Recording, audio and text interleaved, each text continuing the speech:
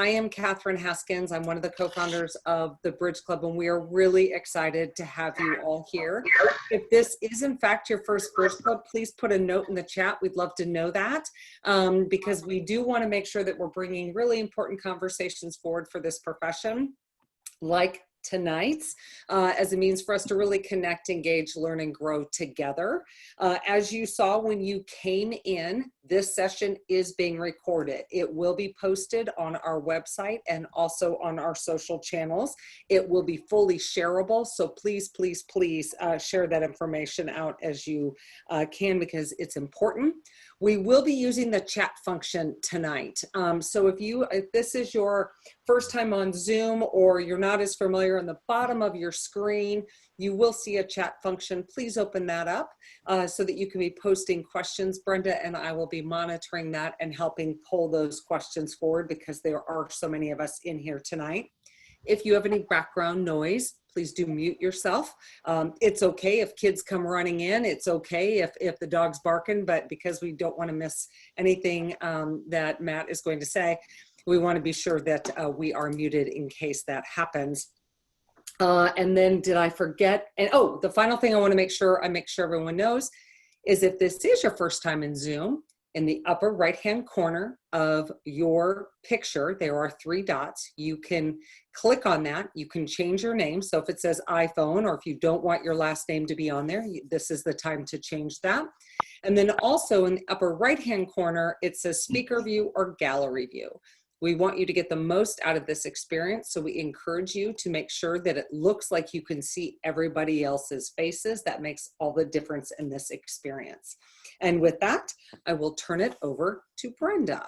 Oh, hey, thanks, Catherine. I'm Brenda Andreessen. I'm the other co-founder of the Bridge Club, and we're really excited that you're all here tonight. We've had several recent conversations on the Bridge Club that centered around the emotional impact of COVID, and also an update from the AVMA a couple of weeks ago on what was happening with COVID. And like you, Catherine and I have been really concerned about the economic impact that COVID is going to have on our profession and also on our lives. So we feel extremely fortunate that the AVMA agreed to have Dr. Matthew Salois join us tonight to talk specifically about that. And you know, we know that we are a profession of really resilient and strong people. We figure, heck, if you made it through veterinary school, we can make it through COVID-19. So we have that kind of enthusiasm for the profession. So we're going to dig right in because we know there are going to be lots of questions, and Dr. Salois has a lot to share with us. So we begin and end every Bridge Club conversation with a toast. And so, of course, Matt, you as our special guest will begin with a toast for us tonight. So turning it over now to you. Everyone, oh boy. Glass. Well, thank you. I just want to say first, Brenda, Catherine, thank you so much for the invitation. Honored to be here amongst this group. Already seeing some familiar names and faces, which is fantastic. It's a reminder that this is not just a veterinary profession. This is a family, and it's good to be a part of that family. For a toast, I struggle with this because I'm really bad at toasts. I'd much rather write papers and presentations. But I found a lot of comfort in books. I'm doing a lot of rereading of some of my old favorites. And I think as we settle into these challenging times, which feels like a battle and a war for many of us, the decisions we make today for our families, for ourselves, for our practices, our businesses, are just so critically important. So I'm reminding of a quote by Ernest Hemingway, and For Whom the Bell Tolls. So I just share it with you to close up this toast. Today is the only day in all the days that will ever be. But what will happen in all the other days that ever come can depend on what you do today.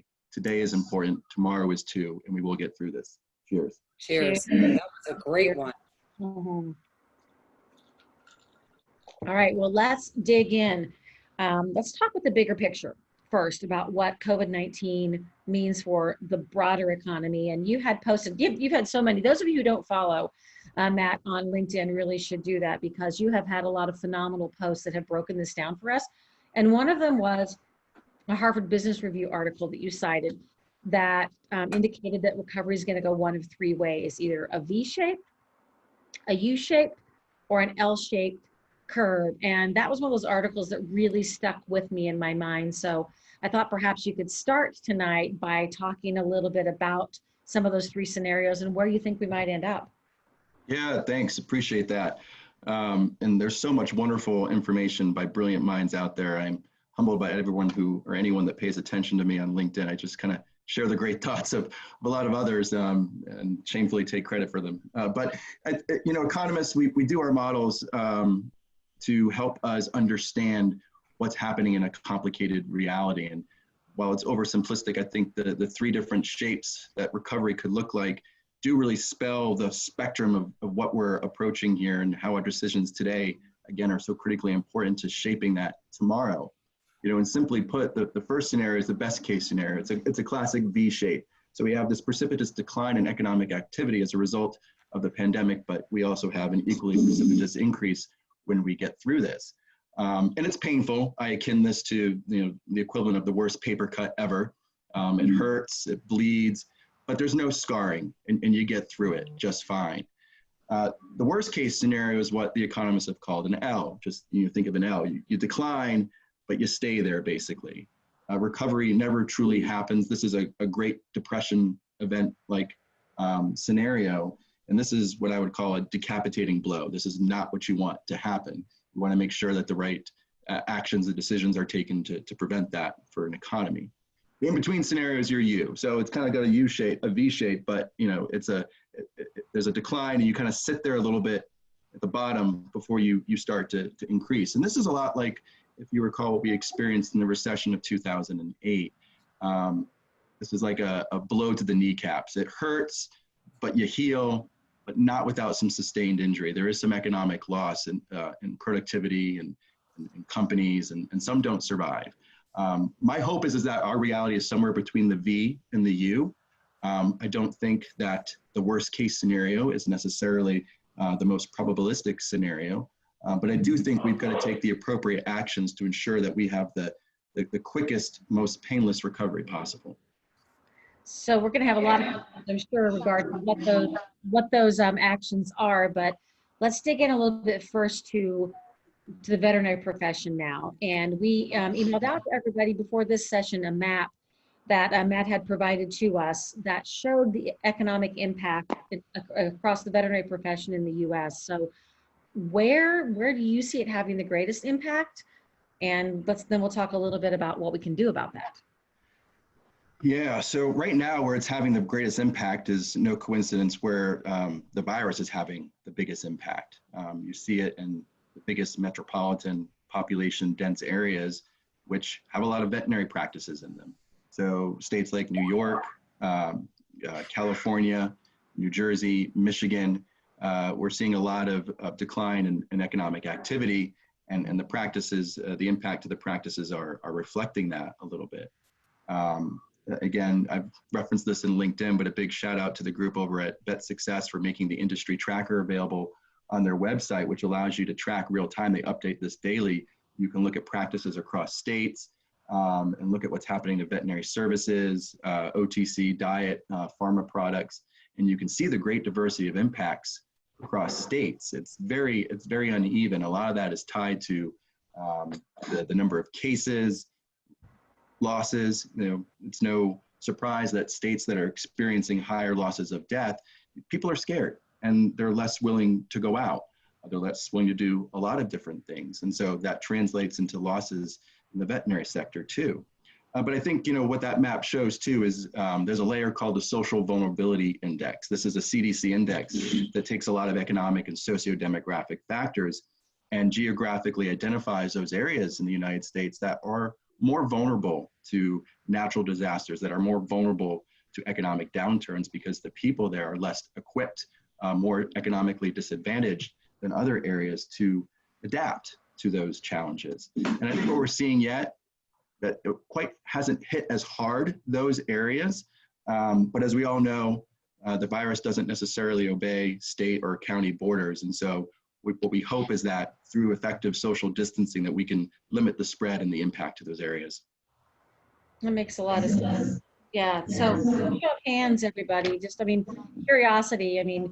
Thumbs up if you feel like COVID has had less impact on your personal life than you thought, or up, down, sideways. Be curious to know where you all think it's falling in terms of your kind of a little bit of everything. Yeah. Oh, Joy, look how fancy you are. Okay, good. So I would say, Brenda, you've got more equal and then quite a few down. Yeah. So I didn't see anyone like, this has been awesome. Hey, Joy had a thumbs up. I noticed one thumbs up on there anyway. Oh, was Okay. Joy with the thumbs up? Okay, Yeah, I'm like, all right. Gotcha. Yeah, I don't think it's been awesome for anybody. How about from a professional perspective? I mean, has it had, where are you feeling from the impact on your business? Yeah, pretty consistent. A couple more thumbs up there, so that's good. Thank you for sharing with us. It's interesting. A lot of people have asked this as Catherine and I were talking about what this conversation was going to be about. And, you know, Matt, there's really no real answer we know, but in your informed opinion, based upon everything you are looking at, how long do you suspect this is really going to last? Goodness. We don't know, right? I think that's what's the most unsettling aspects of this is the tremendous volume of uncertainty that surrounds it. It's an invisible enemy, right? And it's very scary because it has a whole aura of unfamiliarity to it. I think, you know, I'd point to what we do today, what we do tomorrow is going to translate into how long this is with us.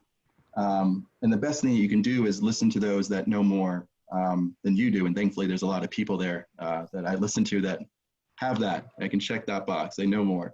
And so I think if you listen to the epidemiologists, the health experts, they'll tell you, I mean, this isn't necessarily going away. And I saw someone made this in the chat box, the comment, there's another shape that economists have thrown out there for recovery, and it's a W. And this is another kind of bad scenario that you don't want to happen, because with this is a fall resurgence in the winter or the fall with this virus if we end early measures to help control the spread. And so what you have in this shape is, you know, the decline and a recovery, but then the virus comes back. And so then you have another decline, which could be worse than the first one. I think recovery is going to be a long road. It is not going to be like a light switch that we flick on and off. It's not going to be like the sunrise to a new day. It's going to be like a journey through the seasons. And I think the best thing that we can do is prepare ourselves financially, emotionally, to have that sort of fortitude to get through this. Because it's not going to be an easy exit and entry into recovery. But I do, again, I want to always end with that sense of optimism that we will get through this. We have gotten through some terrible calamities, you know, as a country. And I think we always rise to the occasion. We innovate, we adapt and adopt new practices. And for me, while this do not discount the terrible tragedy of this, there is some silver lining to this. You know, yes, I've heard the horror stories, and it pains me, especially those practices and people that have been so adversely affected. But there have been some practices too that have just risen to the occasion in a tremendous way and engaged in a lot of change and adapted a lot of new procedures and processes and technologies to help them get through this. And I think that's encouraging. In some ways, we're fast forwarding as a profession 5 or 10 years into the future as a result of this, because we've had to. So that's a really good point for us to now really talk about very specifically, what is it that practices have to do now in order to not just survive, but thrive? And how can, you know, what should they be doing right now? And I think this is the crux of it all, right? This is what people are really dying to understand is what haven't they done that they should be doing? And how is that going to turn from that survival mode into a thriving mode? Yeah, goodness, great question. I think you probably have a lot of people on your audience that can answer that question better than I do. And I see Josh Weissman there, and you know, he was one of the early conversations I had to help me point out that silver lining and fast forwarding to the future, and talk about thrive and resilience. I think it's a number of things. I think, you know, fundamentally communication is going to be key here. I can't understate the importance of that enough. Communicating with clients, over communicating with them. I think early on, we're kind of through this a lot. It's still important to let them know that you're open, that you're here, that you're a partner for them in the care of their pet.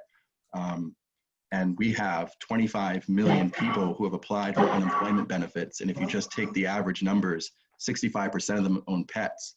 So, we talked about the challenge of affordability of veterinary care before the pandemic. It's certainly going to be a challenge for a lot of households now, for a lot of pet owners. And so having communication, transparent conversations around price and cost, and talking with them about all the different options to finance veterinary care is going to be really key. Someone gave me the anecdote of culling your records, finding that 65-year-old owner of a Yorkie and calling her up or him up and saying, hey, do you need anything? Are you getting the food for your pet that you need? Are you getting the veterinary care for your pet that you need? To be proactive in that sense. But it's also communication with your staff. I mean, this is the best time to fill any sort of leadership gap that we are experiencing as a profession. Associates along with the owners, they're scared. Every day, their lives are being put at risk as they go to work and put themselves in danger of getting the virus and bringing it home to their families. And I can't understate the challenge enough that those people have to go through emotionally. So I think, as an owner, as a manager, it's a great opportunity to communicate proactively with your staff. Let them know the things that you're doing to help protect them. Obviously you want to let your clients know that too, but be transparent with them too. If you are struggling as a practice, open that up. Let them know that you're struggling, that you don't want to close down, you don't want to engage in layoffs or furloughs, but you have to do something because your practice is struggling. Another anecdote I heard was an owner faced with this very real problem. He was going to have to let 2 of his staff members go because he couldn't survive with the reduction in revenue. And he brought his staff together and asked them, what do you want me to do? I've got a choice. I can let 2 of you go, or I can do work hour reductions for the whole staff. And the staff decided unanimously to take the work hour reductions to save 2 of their colleagues. And it's just that sort of transparent communication that I think can lead to solutions that's good for everybody. That's fantastic. So should we jump into a little on cash flow and the CARES Act as well with regards to things that people should be also doing? Yeah, so that's good. I call these kind of the 3 C's for business survival: communication, cash flow, and CARES Act. We went through communication a bit. Cash flow, I think there's a lot of folks out there that have given great advice. Terry O'Neill, Karen Felstead, Cami Bailey, these are the CPAs and the accountants. That's why I chose to be an economist, not an accountant, because 1 + 1 never doesn't equal 2 for me, right?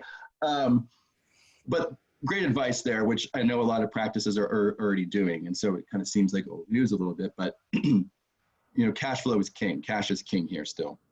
And so there's 2 elements to that. There's your inflow, your revenue, and then there's your outflow and your expenses. And you want to do everything you can to capture every bit of revenue that's possible.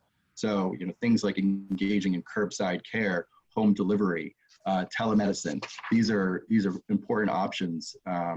Even some are engaging in pet pickup, though that has to be really balanced with appropriate protocols to ensure the safety of the individual there. It's talking about alternative payment plans, going back to that discussion around the affordability of veterinary care. Let them know what their financial options are. Let them know what their costs are.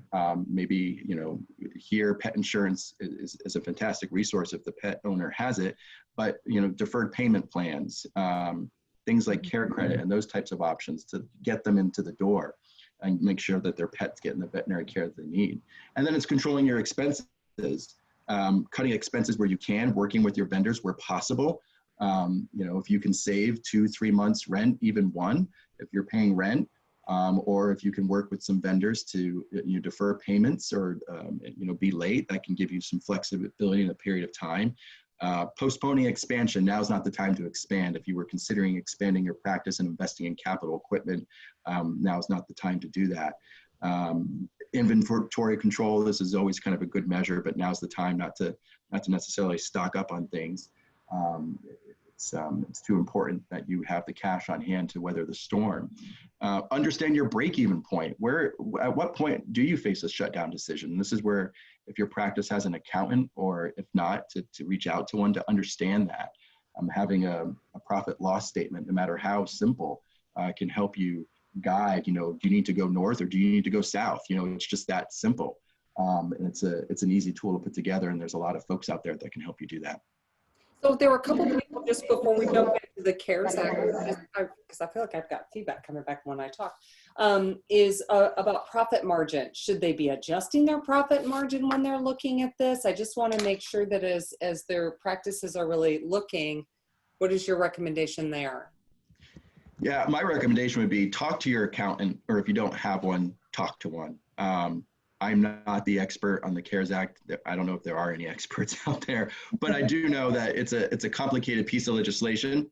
And what is right for your practice is going to be so dependent on your practice's individual situation and your practice finance and your economic situation. I think, in general, though, the broad guidance would be, apply for it, whether you think you need it or not, on the good faith that you may need it. And if you end up not, great, then you can pay those loans back. But the challenge is, as we all know, the first swing of money dwindled to nothing in 2 weeks. It looks like we're getting an infusion there, but they're expecting that to go in as few as 2 days, maybe another 2 weeks, depending on, again, we have 32 million small businesses in the United States. And so you spread $350 billion over 30 million plus small businesses. That goes pretty quickly. And so I think it's just important that you work with your bank and your lender of choice to make sure that you can get those funds if and when you need them. Absolutely. Do we want to take a moment here to see if anybody has a question they want to put out? We have some other questions ourselves to ask, but in case there's anything pressing right now. We'll post them in the chat. Catherine will be watching for them and pull a couple of them out. How does that sound? All right. So let's talk a little bit then about recovery, how we can plan for it personally and professionally. Any tips you've been gathering among your vast amounts of reading, Matt, that you think might apply more specifically to people who are in the veterinary profession? Yeah, I think it's having first a good crisis response plan that's sustainable. If you look at what you're doing, ask yourself, can you do it for the next 6 months? Can you do it for the next 12? And if your answer to that is no, then I think you need to evaluate how you're responding to this. Because again, recovery is it's not going to be climbing up a mountain and then getting down. This is probably going to be more like a mountain range. We're going to have a period of ups and downs over the next 6 to 12 months as your clients, the pet owners, are recovering from this as well. I think ask yourself, is your current business plan and strategy being executed with excellence? Because now more than ever, it's really important that you have some strategic sense of where you sit with respect to your competitors and how you can continue to gain ground over them. And I think it's being creative. Sometimes we think, now's not the time to leverage technology. Let's just do what works, what I know, what's tried and true. But McKinsey has done some great work on studying recessions, and they did some work on the 2008 recession and found that those companies that were best able to weather that storm invested in technology and leveraged new innovations to help themselves. They were also the companies that were the last to have layoffs and fire lots of people because it's expensive just to hire that back. And so when you think about recovery, it's going to be a lot more challenging if you let people go to get them back. And so, again, working with your staff and the right staffing decisions is critical. But going back to the technology innovation, I think, trying telemedicine, if you're not, is important. Is it going to be the silver bullet to your problems? No. But it can be that pad, that cushion to help you get through where you need to be. And I think, as we look to recovery, we have to ask ourselves a long game question. What's going to be fundamentally different? Because I think things will be fundamentally different. It's challenging to say this, but this is not going to be back to business as usual ever again. Because now that we've gone through this, we have to ask ourselves, when's the next one? That's a real risk. If it's not a resurgence in this virus, it could be something else. And I can tell you, investors in the financial community, they turn their heads over the last decade and they pay attention to things like sustainability and animal welfare, investing in companies that have good sustainability policies and also animal welfare policies. I think they're going to be looking at resilient companies that can weather natural disasters and pandemics because there are going to be some organizations and companies that come out of this doing okay and others that don't. And obviously the investor community is going to be putting their money and their investments in those companies they feel that can weather the storm. So when we really there's several comments that people are wanting to know whether or not people are seeing more people calling in and patients because people do have more time. I would be curious for people to throw that in the chat and let us know how you're doing. But specifically when you talk about this planning for recovery, you know, what does that mean for the next 6 months, 12 months, 18 months? Because you said if someone's making a decision now, is that sustainable and will that carry them forward? But you know, what is it that planning really does look like in order to be able to set themselves up for success? And from your perspective. Yeah, great question. I think 6 months is expect people to be slow to come back. And if they're coming back, expect them to be very careful about the money that they're spending. I think a lot of people will be saving a lot more as a result of this to give themselves the cushion. You know, the scientists, the epidemiologists are already talking about the potential of a fall or a winter resurgence, and people, I think, will start to prepare themselves for that. So I think expect your clients to be hesitant. And so I think it's going back to having good communication with them, proactive communication with them, working with them on their finances as well. I think over the next 12 months, you know, further out, I think there's going to be a lot of opportunity here too, to do what veterinarians do best, which is take care of pets. You know, everyone's heard the anecdotes, and I wish I had a data set on this, but we've all heard that people are going in droves to adopt pets, and a lot of comfort. You know, those dogs, those cats, they're going to need veterinary care. And for some people, this might have been the first pet they've ever owned and don't know what it means to have proper veterinary care. I think we're going to need to be proactive with them and make sure that their pet, their loved one, their companion's getting the health care that they need. Well, one of the things I will add into this really quick is that one of the veterinarians that came on to a happy hour that we do every Friday for anyone who's interested, just to be able to touch base with people, indicated that they're revamping their puppy program purely in preparation for what is going to be potentially a resurgence, though it may take time, and kind of dusting off those old programs that now need new life. So to your exact point, you know, how can you be looking forward for what that might actually look like? So I encourage others to do the same.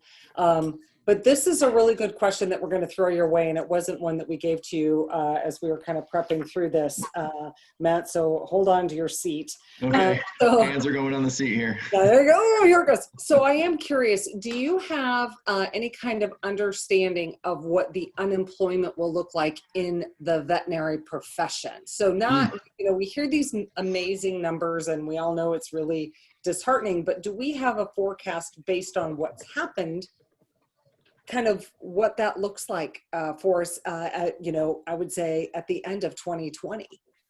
Yeah, great question. You know, a lot of that depends on how much revenue we end up losing in aggregate throughout the rest of the year. I think there will be some numbers, right? This is the sad reality we're going to have to face. Veterinarians, veterinary technicians, assistants, support staff.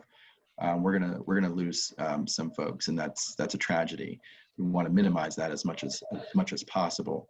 You know, I think we're running some various scenarios now in the economics division here at the AMA, and we're working on reporting that out in the next week or so.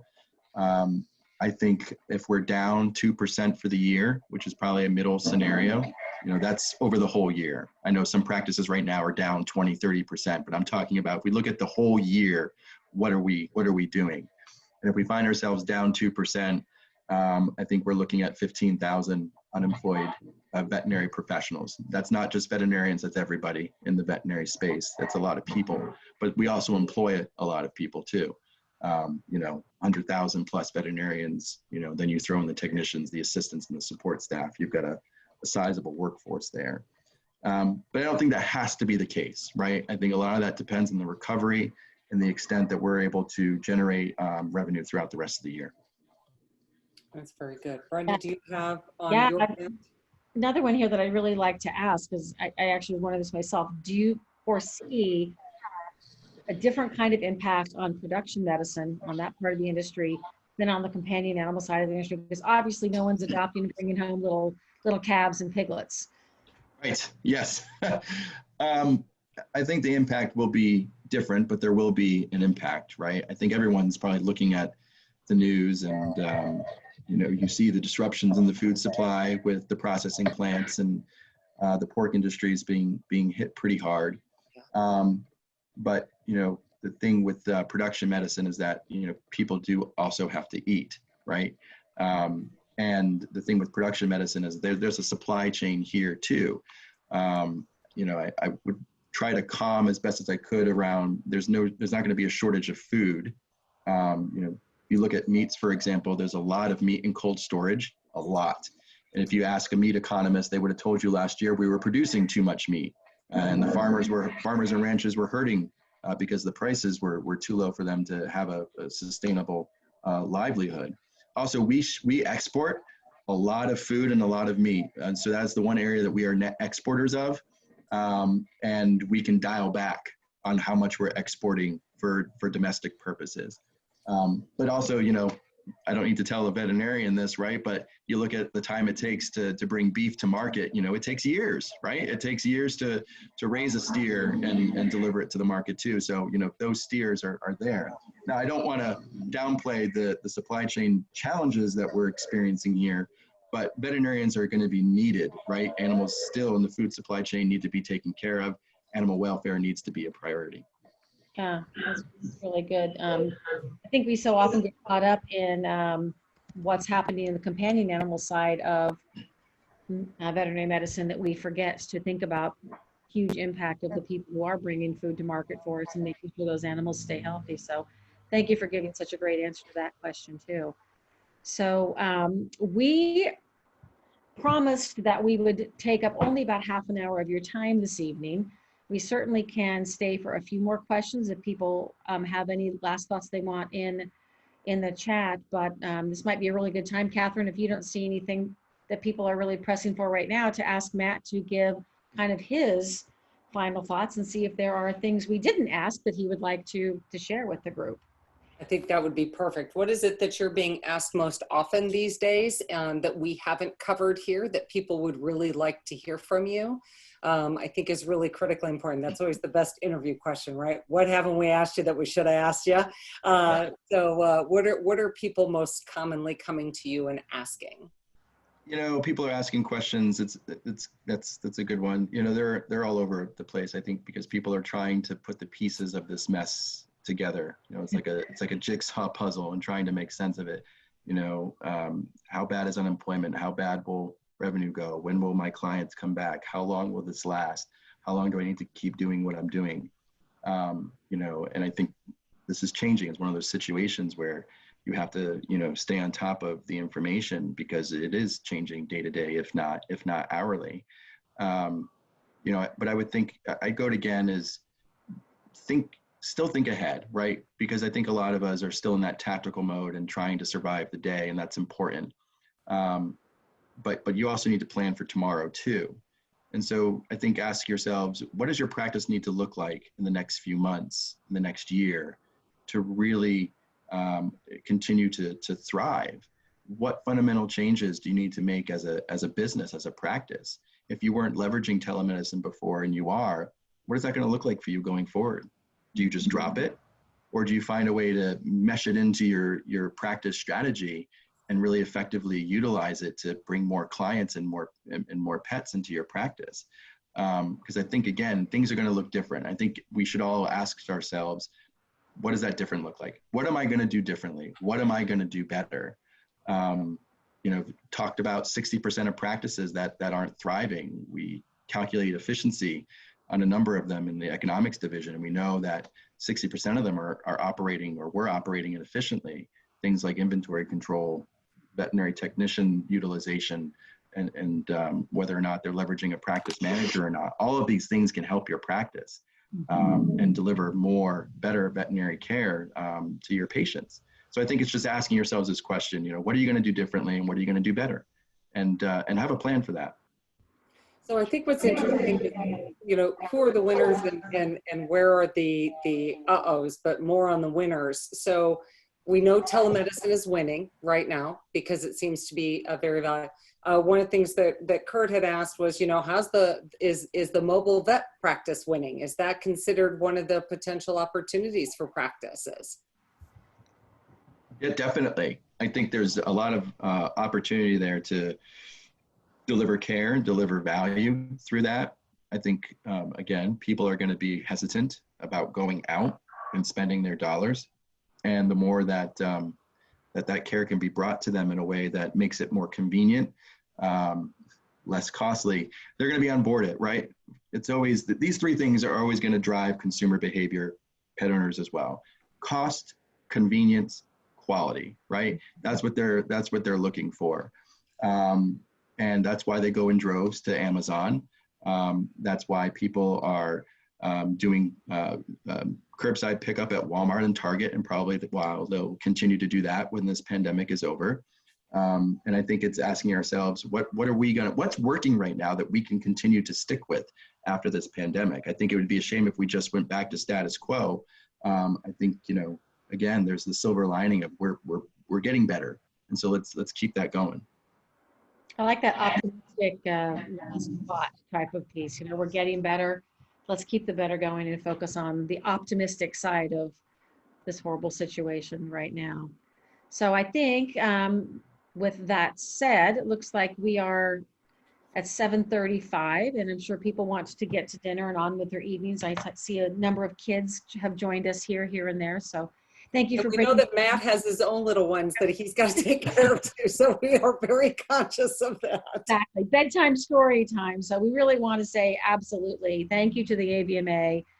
Thank you, Matt, for spending time with us this evening to have this really important conversation and bring your informed opinion and insights, you know, to this really terrific group of people. And thanks to all of you who have been here with us this evening too. We hope you came away with some really great ideas and some insight into what's happening to our professions. So before we have a closing toast, Catherine and I will just remind you that everybody who registered for this conversation will be getting a copy of the recording. So be able to look at it again. And with that recording, we will also send to you some of the links that have been posted in the chat too, so you won't have to scroll through and desperately try to scribble down all of those that you wanted to be sure you had a chance to hang on to. So Matt, who doesn't like toasts, it's now time for the party. For his parting time. Well, if you follow me on LinkedIn, you may have seen me use this one, but I'll use it again because it's my favorite of the week.